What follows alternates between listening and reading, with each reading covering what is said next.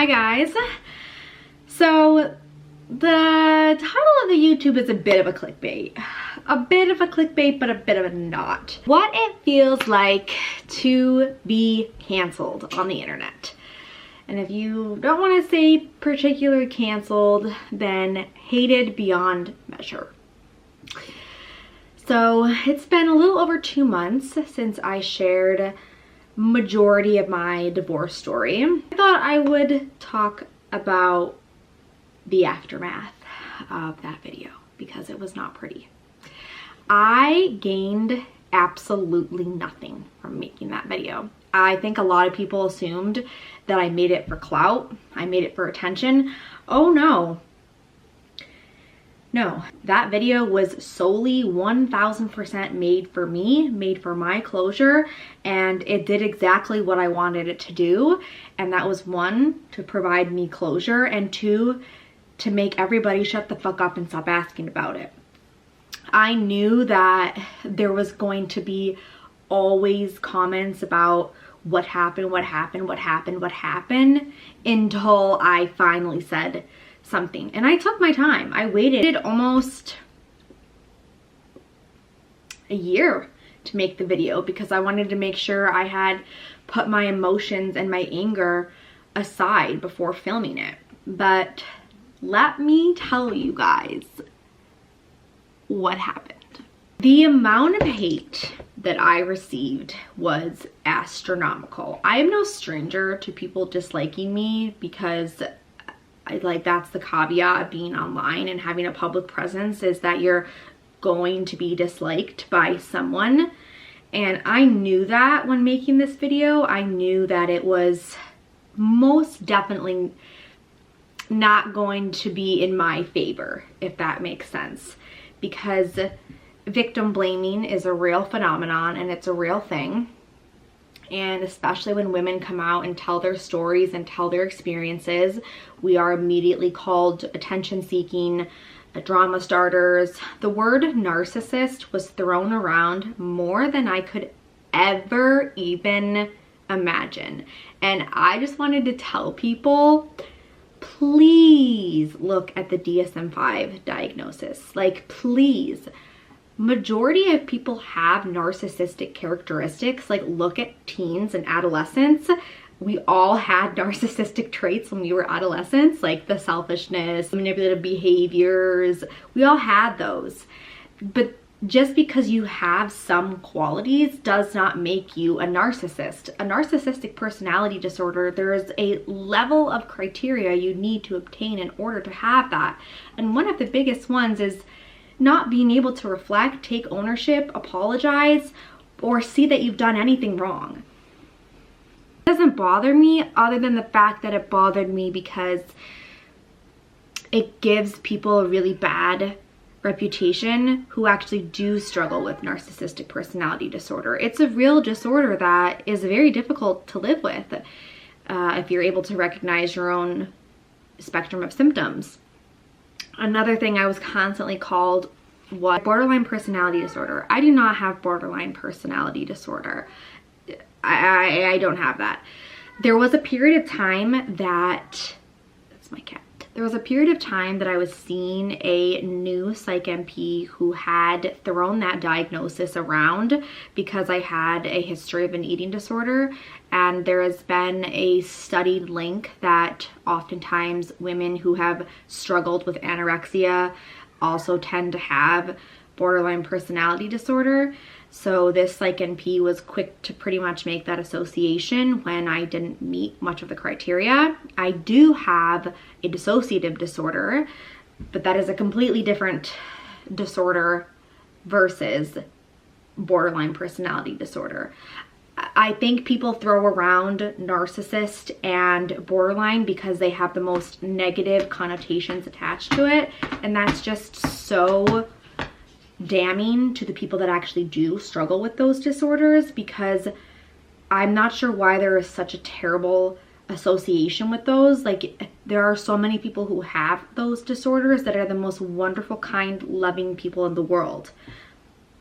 I think it's just another word to it's just another insult to throw out, but it doesn't land very well when you actually understand the different diagnoses and you're able to look away and separate from those things. After posting the videos, it wasn't a surprise to me that the majority of people that were quote unquote coming after me, attacking me, were her friends, calling me at midnight intoxicated, sending me text messages saying that I'm vile, I'm disgusting, I'm a liar, I'm a horrible person. I mean, there was a group of them with their husbands that proceeded to harass me for 48 hours straight on the internet, to the point where I actually considered calling the police because I was genuinely afraid for my safety, because this was going on for hours and hours and hours for an extensive period of time. That's just not well. That's just bizarre. Shortly after that, I had purchased a home and the harassment didn't stop. I actually was getting phone calls from people saying that she had leaked my new address. I had called the police. I was horrified. I mean, I just had moved into a new home and I'm getting phone calls and text messages from strangers telling me that my ex leaked my new address to random people on Snapchat and to random people on the internet. I'm like, this is out of hand. Like, this is just fucking ridiculous at this point. Like, when it came to reading the comments, I mean, I can read some of them. I mean, I have a lot of them off the top of my head. Majority of them were death threats. Majority of them were basically saying that I'm crazy in the head, I need more medication, my previous attempts should have worked. Those comments do hurt me. Like, I think over the course of the past 10 years that I've been online, maybe more than 10 years, I don't even know, I've grown a pretty thick skin. I also think working in psychiatry and working as a nurse, I've grown pretty thick skin. However, it still hurts. It still stings. Like, it definitely affects me. Yeah, and it does make you think twice. It does make you think like, oh, maybe those attempts should have worked. Maybe I would be better not being here. And I think online bullying is a very, very serious thing, and it's a very dangerous game to play. I don't blame many of the people that said these things to me, because there was a point that I hated myself too, and I know that during that period of time when I strongly disliked myself, I was really mean to other people. I was not nice, and it's just a direct reflection of how you're feeling inside. I think, you know, just thinking about everything, and after posting that video, I don't regret it at all. I am so proud of myself, and I'm so happy that I did what I did and posted it, because it was like a huge sense of relief to me. I think more so for me, I was never afraid to tell my part of the story, and I was never afraid to tell it, because my story has stayed the same from the very beginning, and it's my version of events. It's my truth. It is the truth, and it's what happened. And I think people were siding with her because they had felt that, oh, well, she's silent, she's more mature, she's more, you know, an adult, she's handling things better. No, actually, no. Just because someone is silent online doesn't mean they're silent in reality. I knew the video was gonna stir it up again in this horrible friend group. That's a whole nother story. There is like a very small group of people in Rochester that are queer, and they all talk so badly about each other, and they're just a disaster in itself. And I knew that it was going to stir things up in this friend group, because I was never very liked, and that's just the truth, because I didn't drink. I choose to not start my day at 8 a.m. shotgunning a beer.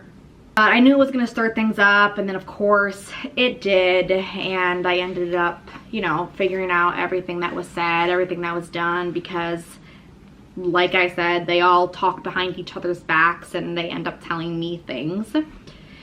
And yeah, I mean, I think that hurt because I had associated with these people for a brief period of time. Major takeaways from the video was that I'm very proud, I'm very happy, and even though still to this day I am receiving comments about how horrible of a person I am, I should go die, I am disgusting, I'm vile, I think my takeaway is that it is so important to tell your piece and to tell your story regardless of the possible consequences and repercussions that will follow. And I think that it's so healing, and it was so critical for my mental health and my own healing journey and moving through this period of my life. Bingy, my cat Vinny's in the way. I know for a minute after I posted that video, I had to take some time away from social media. I had to take a little bit of a step back because I was just bombarded with just horrific things, and people making duets about my video, people stitching my video. You know those kinds of people that use a public, Vinny, get down. I'm sorry, Vinny. Who use a public breakup or some type of online drama to gain views and gain their own kind of followers and their own kind of attention. Those kinds of people had then began making videos about my story, and then it was, you know, gaining attention, gaining views. I think at the end of the day, people often forget that behind every person sharing a story online is a person. Vinny, you want to come here? Sorry, Momo. Can we trade spots? Vinny. Oh my, now another one of my cats wants to make an appearance. Capri! Anyways, I just kind of wanted to circle back on how I felt 2 months later after posting the video and kind of where I'm at mentally, and haven't changed my perspective, haven't changed my decision. I don't regret a single thing. I have met so many wonderful people from the video. There was a lot of positives that came out of it. I was connecting with other people that have left relationships that just no longer serve them and that were extremely damaging to their mental health and extremely damaging to their sobriety. And because I genuinely did feel crazy for so many years, thinking that like my sobriety just wasn't a priority, but it is. I have now been reassured of that in this new person that I'm with, and it just really makes me feel that I wasn't crazy for that whole period of my life. Long story short, don't be afraid to tell your truth, speak your truth, and if you ever need a friend or need someone to confide in, we are chewing my straw. Please let me know, and please don't hesitate to reach out, because I can promise you, no matter how many times you've been made to believe that you're crazy by a partner, by a parent, by a friend, you're not. You're not at all. And the response you might receive may not be what you had intended, but it'll be really worthwhile, and you will feel such a sense of relief from it. So. Alright guys, well, thanks for chatting with me, and I'm going to come out with a video sometime very soon about my experiences with homophobia and growing up with internalized homophobia, and that video will be next. So, alright, bye guys, love you.